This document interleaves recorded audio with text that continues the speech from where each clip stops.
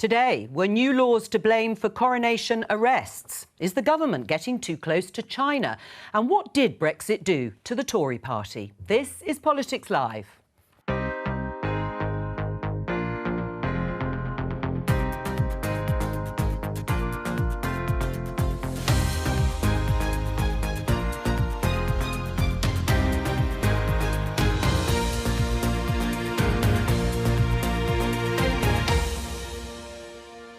Joining me, Conservative MP Henry Smith, Labour MP Barry Gardiner, former Liberal Democrat advisor who now works at the University of the Arts, London, Polly Mackenzie, and director of the centre-right think tank Onward, Sebastian Payne.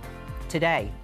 Clearly something has gone wrong in this case. There were 6 people who were arrested and detained and prevented from taking part. Of course, people have the right to protest freely but peacefully, but it is also right that people have the ability to go about their day-to-day lives without facing serious disruption. Police express regret over coronation arrests. Were new protest laws to blame? Chinese Vice President Han Tsung attends the coronation. Now a trade minister is sent to Hong Kong. Are the government going soft on China? We will prosper and flourish and thrive as never before if we leave the European Union on June the 23rd and take back control. 5 Conservative Prime Ministers later, what has Brexit done to their party?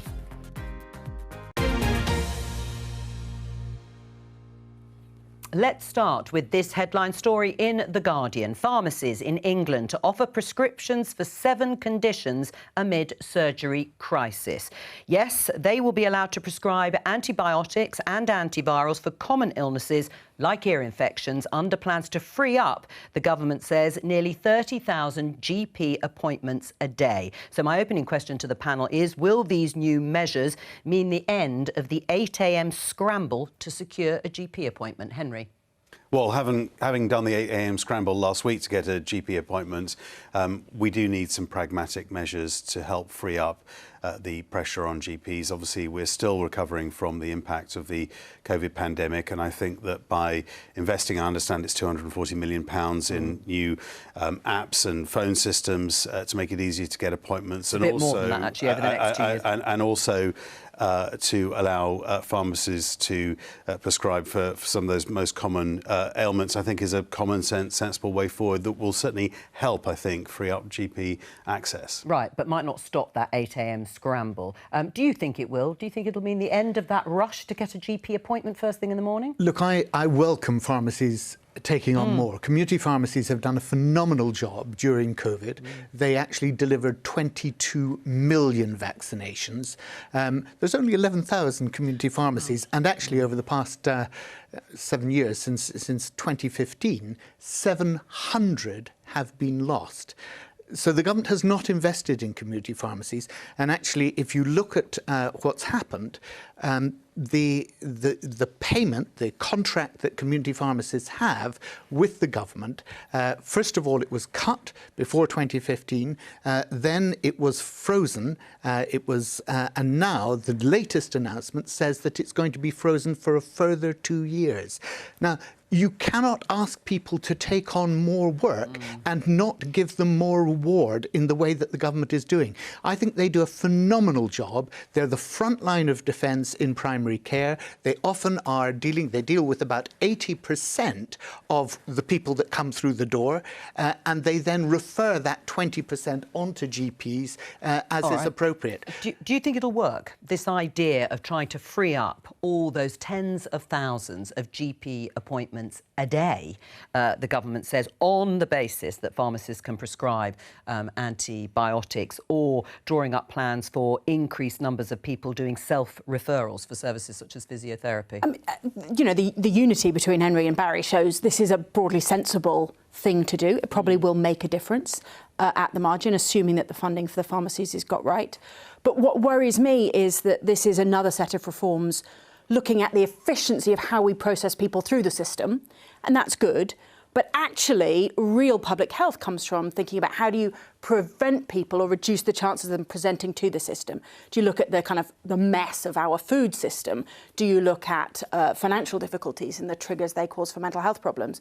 Do you look at stopping people smoking, getting them switched to vaping, which is 95% less harmful? I mean, they're longer term, aren't they? They are longer term, but actually, because, you know, actually people who lose 10 kilos can have massively reduced kind of pain from things like arthritis, reduced chance of heart conditions, reduced blood pressure, reduced monitoring. So actually, I kind of Get Britain Healthy. It doesn't help with next Monday's GP appointments. But it's actually the only way to reduce the burden on the health system. If you just continue trying to inflate the health system to cope with more and more need, you're always going to be chasing your tail. You're always going to run out of money and run out of nurses and run out of doctors. You need to actually aim for a healthier society instead. In the meantime, with those longer-term trends that Polly is talking about, Seb, it was one of the issues, anecdotally, that came up on the doorstep and during canvassing, according to a lot of council leaders, particularly outgoing Conservative ones, saying, I can't get a GP appointment. I mean, so retail-wise, I suppose it will appeal, but will it work? Well, I think there's lots of evidence from other Western countries that it will actually work, that Britain is quite rare in the role that its pharmacies play in the healthcare service, having lesser provision. And as Barry said, during the pandemic, it was shown that they can step up and do more when more is asked of them. When you're facing the kind of challenge in the health service, yes, absolutely, it should work. But you're right, Joe, that my think tank Onward has done some research and called After the Fall, and we saw that the NHS is pretty much very near the top of all voters' priorities, whether they're Labour voters, Conservative voters, and it speaks to not just their daily lives and their access to healthcare, but how they feel about society. And I do think we've got to think about these smart ways of delivering services. Polly's obviously right that there are these medium, longer-term trends that are important, but right now, people just do want to see a health service that is working better, and I think we do have to be more creative about this. And if the Conservatives want to not see what happened last week happen again in the future, that is a tangible, clear improvement in the service they're getting from the NHS. But you can't get a tangible, clear improvement if at the same time pharmacists are experiencing a 25% real terms cut in the value of their contract.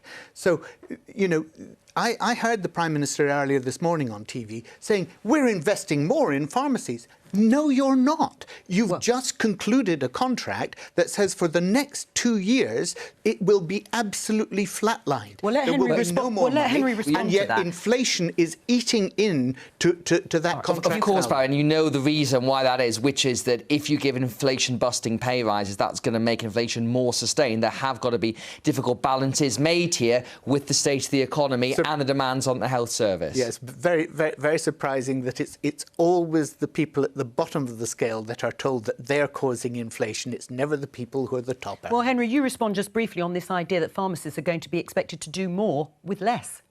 Well, there is record amounts of funding going into the National Health Service, and that's why it's important that actually there's a broad basket of measures. Prevention, as we were hearing about just a few moments ago, focus on that. I think certainly focus on supporting pharmacists to help people with those ailments that arguably, in most parts, should never reach the GP surgery. I think it's a whole range of measures that needs to be introduced that make sure that we have a health system that is reformed and affordable. All right, let's talk about the arrests that were made ahead of the coronation, because less than a week on from the new Public Order Act, which we talked about last week coming into force, we've already seen the Metropolitan Police saying it regrets using those or some of those new powers. And that is, of course, following the row after the arrest of half a dozen activists from the Republic Campaign Group for possession of what the police thought was suspected lock-on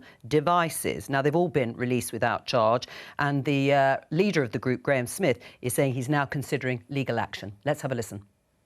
I mean, I think they really got tied up in knots trying to work out how they're going to detain us and on what charge. And I think that is alarming in itself because, you know, they effectively went out of their way to detain peaceful protesters and stop them from peacefully protesting.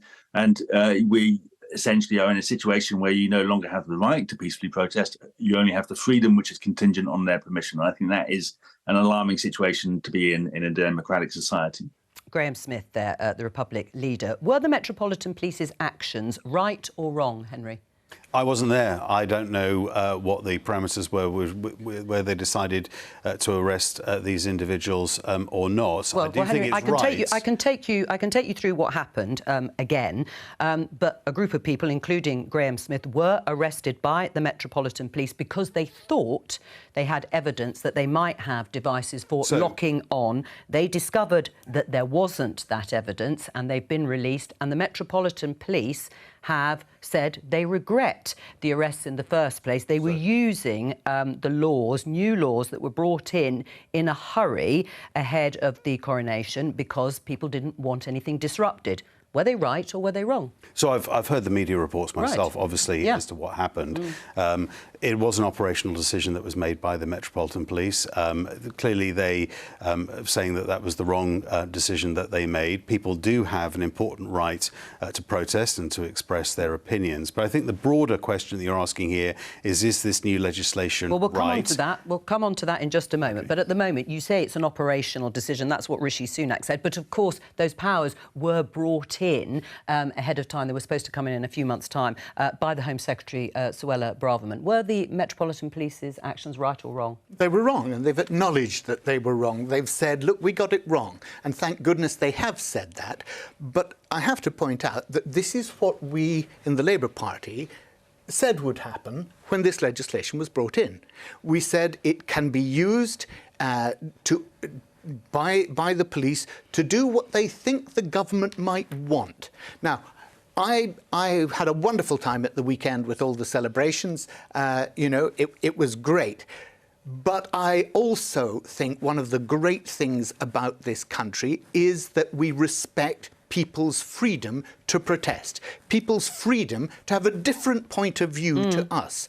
And the fact that somebody who had actually been in touch with the police about how their protest could go off well and be properly managed, and they'd had those discussions beforehand, that the police then should have arrested them, I think is appalling. Henry? Well, I think the Metropolitan Police have admitted that they got the operational decision wrong, but I don't think it changes the fact that these new measures are important. They were brought in because we need to balance the right of people's right to protest, but also the right of other people to go about their lives. And they were brought in because there were reports last year of ambulances not being able to get to hospital because of protests. From going about their lives. Well, the Docklands Light Railway was disrupted. Was it last year, the year before? Bizarrely, by Just Stop Oil. And that is actually impinging on other people's right to go about their lives. So that implies it's the laws rather than the operation. I think it's right that the law was updated that protects a right of protest and protects a right of free speech, but also protects the rights of other people to go about their business. Right. Isn't it, though, then, the new laws rather than the operational issues causing the problem in this particular instance? Yeah, I think the laws have pushed us to become somewhat imbalanced in terms of our approach to freedom of speech. The government is also legislating to require universities like my own to take freedom of speech more seriously and to make sure that a university campus is a place where freedom of speech is expansively supported as the contest of ideas. And I'd like to see that same approach taken to protest. Some of the conversation around this has been, well, sure, maybe it was a bit heavy-handed, but if they'd disrupted, that people would have been upset about that too. And that's, I think, a bit misguided. Who do you care about?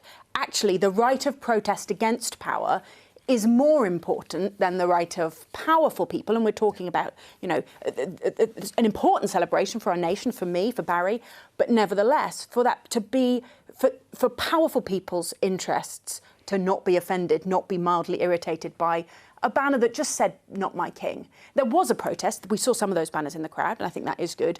But that group of protesters, including the leader of Republic, wasn't allowed to join. And it does feel to me like the government has just pushed a little bit too far, which is odd considering that in other arenas, They are so adamant pushing the about other freedom way. of speech. I mean, there is noisy protest because there were fears, I think, about big, loud noise perhaps disrupting or distracting the horses, for example, and so on and so forth. No, I think this is an operational issue. It's not about the laws, because the fact is that the laws that were introduced were for very particular kinds of direct protesting, who are disrupting and doing unsafe protest, walking down the A1, gluing themselves to road railings, creating a very clear issue there that had to be tackled. What the Met did was mess this up by using that to tackle people who were not engaging in that kind of protesting. And Republic, the group in question, have a long history of protesting against the monarchy, not in the means that you see Extinction Rebellion or Just Stop Oil, who these laws were created to do. So I do think it's an operational misstep by the Met. But on the other hand, there were hundreds of peaceful protesters that we don't hear about across the coronation weekend. And I think you've got to get into a very careful situation of not trying to judge every single operational decision, because overwhelmingly this weekend was a great success. I think the coronation went off magnificently and the Met did a very good job at maintaining order. They messed up on this, but I think that's operational, not about the laws. I mean, does Labour have any plans, it certainly doesn't sound like it, to repeal these laws? I mean, if you win the next election, you could reverse them. Well, I'm not in the shadow cabinet, so I can't tell you is the answer, Joe. No, but what would you do? Look, we opposed these laws when they came in. I know. I absolutely accept what Seb was saying. I think the Met did get it wrong here, and on the whole, the weekend passed off well, and it was well policed.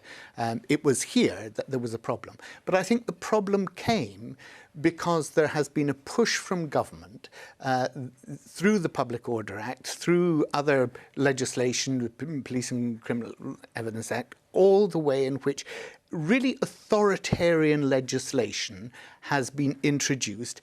And that pushes the police to think we're being expected to do something that we may not be comfortable with. And the power dynamic that Polly talked about, you know, who do we need to protect in society?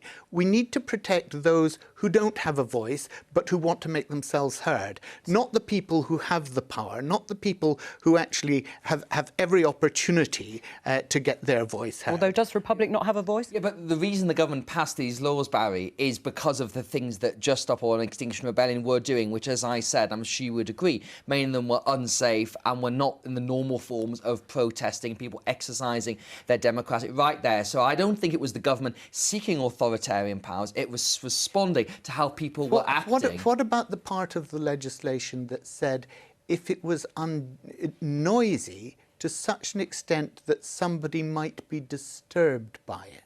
Well, you obviously know that if the example of this weekend, what the Met thought had happened were alarms being used which could have frightened horses, which could have created unsafe and disruptive. Seb, let's be clear. Those horses have trumpets on them. They have drums on them. The idea that loud noises are going to frighten those horses is really not credible, is it? But I think it was one of the things that was under discussion. I mean, if you feel very strongly about it, do you think Labour should go for wholesale repeal of this particular piece of legislation? Lisa Nandy, who is in the shadow cabinet, couldn't commit to that. Well, look, I believe that we need to strike a balance between allowing people to get on with their everyday life and to make sure that protest is safe.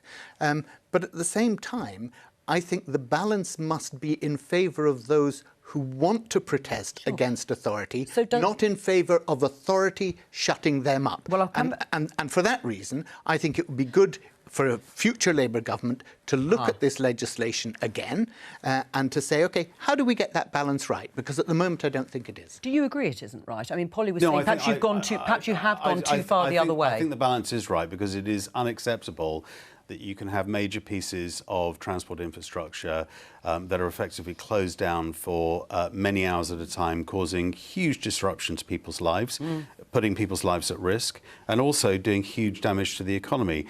Standing with a placard and protesting absolutely is an ancient right in this country. We see it just half a mile down the road outside Parliament every single day. and that is protected. But what isn't acceptable is disruption that does affect other people's rights, and therefore I do think the balance of the law as recently passed is about right. We're expecting an urgent question, as we call it, in the House of Commons this afternoon over the particular issue of the arrests made by the Metropolitan Police ahead of or leading into the coronation. We're going to talk about the UK's relationship to China. This headline in the Daily Mail: Tory MPs fury as Trade Minister Dominic Johnson holds talks on renewing Britain's business ties with Hong Kong in first visit to the city since China's crackdown on civil rights. There is certainly a lot of discomfort also following James Cleverly, the Foreign Secretary's speech earlier this month, in which he called for a constructive but robust relationship with China. Luke de Pulford of the Inter-Parliamentary Alliance on China described Lord Johnson's visit, this is the Trade Minister, as another body blow to MPs on all sides of the House of Commons who have spent a lot of time and energy to raise awareness about Beijing's human rights abuses. You can see the headline in BBC News about James Cleverly. Do you agree with Luke de Pulford from the group?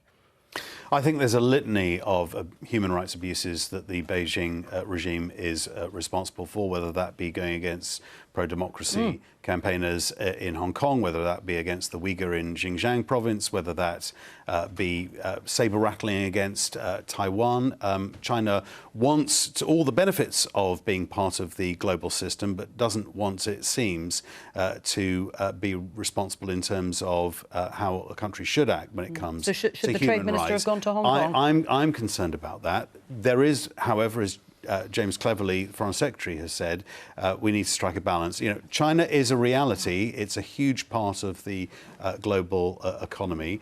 It's not going anywhere. So I think what is right is that we have a realistic relationship about China. The United States has a very similar position, and that's why I think it's right that we have initiated the new AUKUS alliance with Australia and the United States against the threats that China is facing. So we have to have a relationship with China, but we shouldn't be naive about the way they behave. Right, but can you, at the same time, embrace or engage with China on business matters, because that is to the UK's commercial financial interests, and also say that we're going to have a distance from China because of human rights abuses? You can't do both, surely. Well, I think China is a reality in the global marketplace, and the European Union has recently had several missions to China. And were they wrong? The United States as well.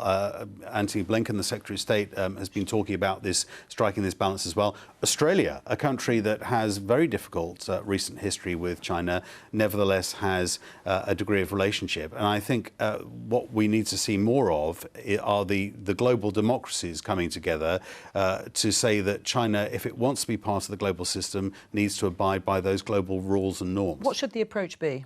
Henry talks about the relations that the United States has with China in trade. But this government, in fact, when Liz Truss was the trade minister, immediately we were able to ensure that we cut the punitive tariffs that were there in the European Union against Chinese steel that was being dumped in this country. At that time, I spoke up and said, because I was the shadow trade minister at that stage, and I said, this is absolutely wrong. We need to impose these punitive tariffs on China. The US put on a 220% punitive tariff on the Chinese steel that was dumped in the US. Yes, let's have an acceptance of the reality that China is a major player in international trade and major player in, on the global stage. But let's make sure that we are protecting our interests, that we are standing up for our steel industry and other industries in this country. In terms of the human rights abuses, the group that Henry is part of are saying that actually we can't do this. We cannot, on the one hand, be engaging with them on the sorts of issues you've talked about, and on the other saying they're a threat. Well, I was doing the Democracy Forum discussion just 2 weeks ago, in which we are talking about the way in which we've had 70 years of Tibet being governed by China. And the one issue that Henry didn't talk about, and I agree with all the ones that he did, was that you have a 2,200-mile border with India, Arunachal Pradesh, recent violence on that border, and at the other end of the western end of the Himalayan border, you had people being literally clubbed to death, 20 Indian soldiers clubbed to death, because they don't use guns on that border. There's an agreement not to fire across the border. But then it's still not clear what... They're still fighting Yeah, with but it's sticks. very difficult. Then what should the relationship be? What should the UK's relationship be to China? I think on the one hand, you've got to have an element of pragmatism. As Henry said, China is not going away. We can't just close our eyes and pretend it doesn't exist as a major player, economic and trading partner. But on the other hand, I do think we've got to be robust, and we haven't been robust enough on the values element of this. And we went through the golden handshake era under David rolling Cameron's out government. the red carpet. When, yes, exactly, nice cosy pints in Oxfordshire pubs. You know, we can't have that because I think it's not acceptable given And the is way that what China this has is? changed. I don't think that's what this is, though. Like, as I said, you know, I remember the G7 summit last year in Bali, there was discussions that the Prime Minister Rishi Sunak was going to meet with President Xi Jinping. It didn't happen in the end, but there was a bit of a backlash for that. And I think it's ridiculous to say the Prime Minister can't meet the Chinese Premier. And I think it's silly to say that they should not engage with China on an economic basis. But as with all realpolitik, you've got to have a clear head on where your lines are and where your values are and where you're calling things out. And I think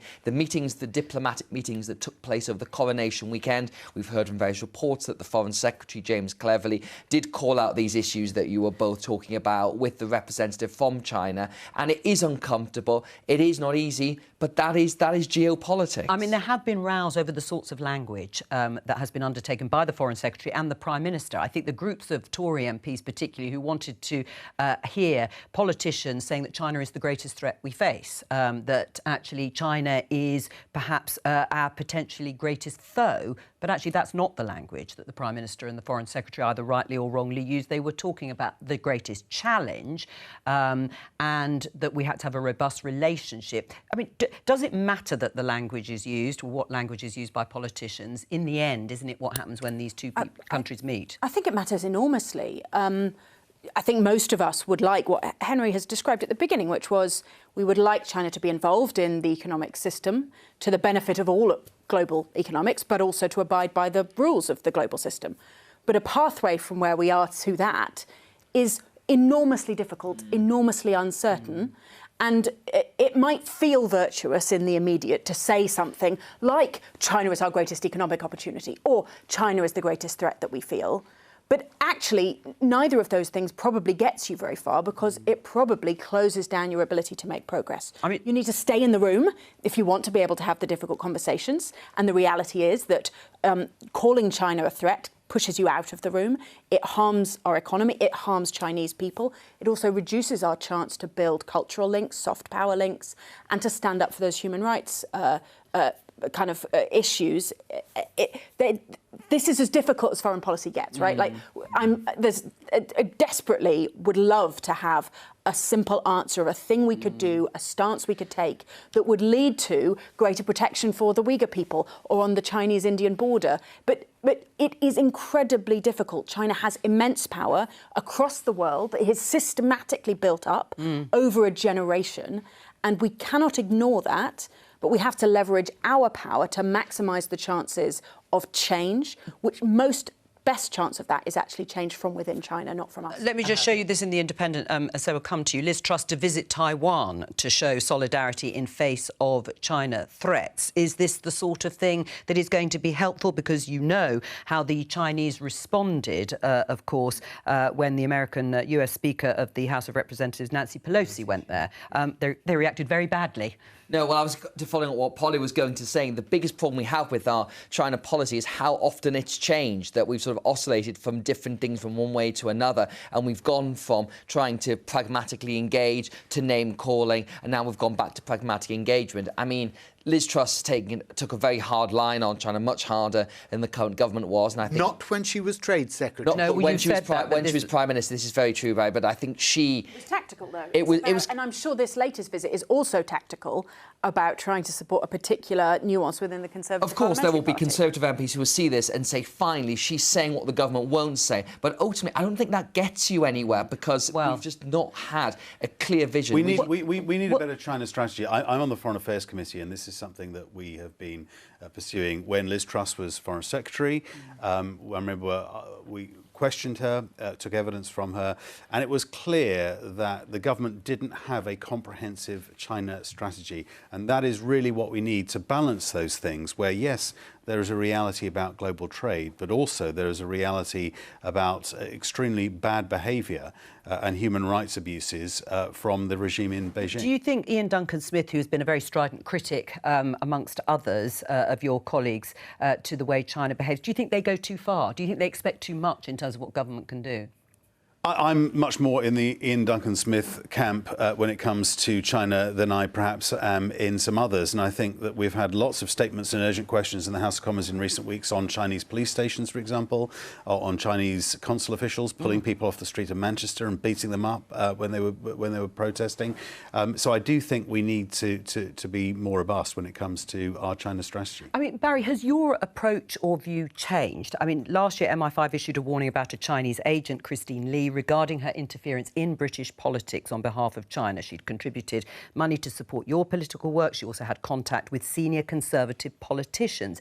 Did that change your approach or view? It's very interesting that Christine Lee has never been, she's not been arrested, she's not been charged with anything. And I think that sometimes these things are used by government to send a message to another power, and they don't actually have the basis on which to make the assertions that they do. But look, I have always been sceptical about the relations with China. I was sceptical when David Cameron and George Osborne were calling it a new golden age. What you have to understand, I suppose, is that we are talking about a third of the world's population, quarter to a third of the world's population being Chinese. They are a huge economic power.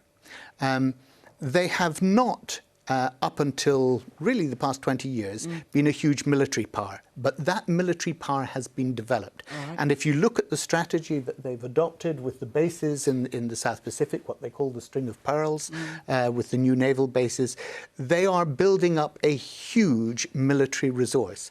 Now, I don't want to see the economic conflict that we have with China develop into a hot conflict with China. Nobody wants to see that. All right. The best way to do that is by talking, by negotiation, and by working our way through these common problems that we have about illegal dumping of and subsidies that form the trade agenda. Let's leave it there for the moment, because we're going to talk about the Conservative Party and Brexit. In the headlines, you saw Boris Johnson, the former Prime Minister, he wasn't then, of course, campaigning in the EU referendum back in 2016. We're going to talk to Tim Bale, Professor of Politics at Queen Mary University of London. Hello to you, Tim, and author of a new book called The Conservative Party After Brexit, Turmoil and Transformation.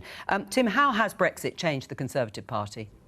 Well, it's ripped apart the fabric of the Conservative Party, I think. You could see the way that the ERG, the group that campaigned for us to leave the European Union and then to leave the European Union on a hard Brexit and then even to leave the European Union with no deal at all, actually held the Conservative Party's leadership under Theresa May to ransom and effectively, I think, levered Boris Johnson into number 10 with all the consequences that we have, if you like, enjoyed since then. Do you agree with that assessment, Henry? Look, Europe has been an issue for the Conservative Party and indeed British politics for over half a century. You know, there were these debates about joining the common market in the 60s and the early 70s, and then the Maastricht Treaty in the early 90s, all the way up to the EU referendum in 2016. Ironically, I think now there is much more of a stabilisation in the Conservative Party on the future future of European policy. Ironically, I think that's more of a challenge now for the Labour and Liberal Democrat parties, because what you have there is a position of the leadership saying they don't want to frighten the electorate by talking about going back into the European Union or the customs union or any of those aspects. But many of their members and their activists would like to see that. So I see more of a division developing on the EU in Labour and the Liberal Democrats. I'll come to you, Barry, in a moment. But Tim, do you want to respond to that? I mean, I think it may be a problem for Labour if it becomes the government. I'm not so sure it's an electoral problem as much as has been suggested. I mean, we saw in the local elections, for example, I think probably a movement of people who had voted for Brexit and then subsequently voted for the Conservative Party in 2017 and especially in 2019 begin, if you like, to leave Brexit behind in the rearview mirror when it comes to making their political choices. So I'm not sure that it has as big an impact now as it did when Boris Johnson was Prime Minister. Barry, what do you think about that? It's true, I agree with Tim. I was sitting here on Friday and you could see areas that voted to leave, heavily, strongly, had moved back a bit. Some of them more than others, Stoke-on-Trent, for example, to Labour. Do you think Labour's in the right place on Brexit now and what it's saying to the electorate? Can I just, first of all, take my hat off to Henry for what I thought was the best example of deflection politics that I've seen in a long time. Oh, well, congratulations to you, Henry. Well, thank you, Barry. To be confronted with, this is a cataclysmic problem for the Conservative Party, and then to shunt it off to Polly and me and say, no, it's really a problem for the Liberal Democrats and for Labour. That was great. Look, is Labour in the right place? Labour's in the right place in saying the public made its decision. I don't think it was the right decision. We don't think it's the right decision. But they made their decision. If you are a democratic politician, you respect the public. And that's the point. Does it mean that you don't then try to forge new relationships, not go back into the old ones, but forge new relationships, which can mean that our trade is improved, because we've seen the value that the new trade deals have actually caused. New Zealand, a tiny fraction. Australia, a tiny fraction. All that we were promised from Brexit has not come about. So it's no wonder that some of the people who thought it was going to be a cure-all are actually thinking, well, actually, it didn't work out that way, and are moving back to Labour. Henry? Well, to suggest that somehow the Labour Party have accepted the result of the referendum, I think, is a bit of a stretch. They spent 3.5 years in Parliament. I think Keir Starmer voted 43 times, something like that, against implementing the referendum result. I think what they have realised is that this is toxic after the 2019 election. And actually, I think what we're seeing amongst the electorate is returning to sort of real classic political issues such as cost of living, inflation, the NHS. I think that's what people are returning to, and very much agree that Brexit is increasingly in the rear view mirror. Well, Tim, do you think, listening to both Barry and Henry discussing this issue, that it is still a problem potentially for all the main political parties, Brexit, that is? Well, I think in as much as Brexit, as Barry said, doesn't seem to have delivered the goods for many people, yes, there will be a demand, obviously, on the part of some Europhiles, if you like, to get closer to the European Union and even to rejoin in the longer term. But I also think Henry's right to say that actually people are now thinking more about, if you like, the bread and butter issues, costs of living, the NHS. Unfortunately for Henry's party, I guess that's not necessarily a good thing because, they don't necessarily at the moment anyway play well for Rishi Sunak and the government. Seb?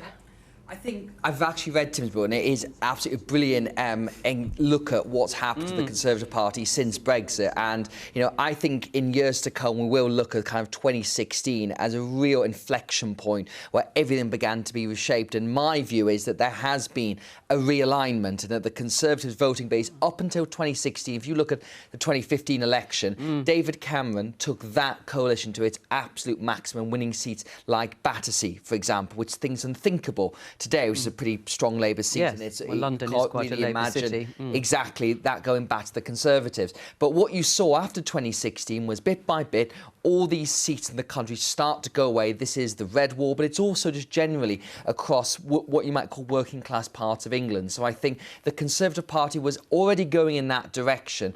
Brexit sort of sped it up. And if you look at many other centre-right parties across other Western democracies, they've had a similar realignment, that their voting coalitions have changed quite a lot. And that's obviously adapted the party's outlook and its policies. But I think in some weird way, where we are at this moment, to go back to Henry's point, it's like economics is back in a way, that if you look at what voters care about, it's not necessarily the cultural issues of statues and free speech. It's about the NHS, it's about our things are growing. So even though the voting patterns have changed, what matters to voters is back to where it was before Brexit. Polly, and I suppose we should also include the Liberal Democrats, who seem to have won right across what you might have called traditional Conservative areas, across England, really, in those local elections on Friday. Yeah, so just as we've seen this swing to Labour in those leave areas, it's areas with the highest number of graduates that have shifted away from the Conservatives. So the danger is that the Conservatives have realigned away from their old vote and away from their new vote. Which is going to be difficult for them in the next general election. The problem is that if you want to fix the NHS, what you need is freedom of movement for workers. And if you want to fix the economy, what you need is to rejoin the single market. And the reality is that Brexit is an extraordinary act of economic and social self-harm that as Barry says, people voted for it. We've got to live with it, probably for another 20 years. But it is a constant drag on our ability to thrive as a nation and a people. And until people are able, as political leaders, to accept that they enabled the people to inflict this act of economic self-harm, which is why we are poorer and why we are so unable to access the community of our neighbours, we won't actually be able to move forward. I just don't accept that premise. I mean, okay. Barry was talking about tiny deals with New Zealand and Australia. The Trans-Pacific Partnership Agreement that was signed last month. How much is that going to represent in terms of significant opportunity. Well, it's many billions, and there have been 70 trade agreements around. Yes, I think the United Kingdom around the world. As well. And I think, actually, the economic woes that we see here are seen in Europe, are seen in North America as well. It's a result of the COVID pandemic. Except because they haven't had Brexit to whatever extent it's harmed the economy or not. Food inflation in Germany is higher than it is in the UK. Well, let me just... We're talking about economics. You're saying that economics is at the forefront. And one aspect of it is housing. And that did come up rather a lot. In fact, Simon Clarke, former Cabinet Minister, says in The Telegraph, young people resent Tories over failure to build homes. Was it wrong, Henry, to drop the mandatory housing targets that had been in place until Rishi Sunak decided to scrap them on local authorities to build homes? No, I don't think it was. I think that local people should be making decisions and locally elected individuals should be making decisions about planning. I think when you have overly draconian top-down targets, I actually think that actually creates far more resentment amongst people. People want housing for their children when they're young adults, but they want to be able to be in control of that process. So, but Henry, since that target's been removed, I think we've seen the statistics that have shown house building has dropped. That you might be right in terms of giving the impetus to local people, but you do sometimes need top-down pressure, and we have got a housing crisis. The fact is, we do need to build more houses, and we need to pull every single lever we've got to build houses. And if that does require having some top-down targets, then so be it. It strikes me as if it was an error, and it's something that needs to be reversed. And fundamentally, we just need to build more houses, and we need to do it as quickly and as rapidly as possible. But they need to be in the right place, and they need to have local consent. Well, of course, there's jobs and growth or anything inconvenient. Tim, how different? We really do need to look at everything, everywhere, all at once in terms of house building. I'm sure that's a line from a song, isn't it, or something? No, a film. It's a film, isn't it? Tim, what about demographics? How difficult is it going to be for the Conservatives? I mean, long term, they do face a problem. I mean, they're moving towards becoming what I'd call a kind of ersatz populist radical right party, which means that they've got a lot of cultural policies which put a lot of young people off. And as Seb says, and as you've suggested, young people are also very frustrated about the housing situation. So in the long term, given that we are becoming a more socially liberal country and we have this housing crisis, I think the Conservatives are going to face a bit of a crunch in the next decade or so. Whether it will actually come in 2024 is another matter. which is when, of course, we're expecting the next election. Well, it will be in 2024 at some point. Tim Bell, thank you very much for joining us. That's all for today. I'll be back tomorrow for Prime Minister's Questions. Thank you to all of my guests, of course. That will be on Politics Live tomorrow at 11:15 here on BBC Two and on BBC iPlayer. From all of us here, bye-bye.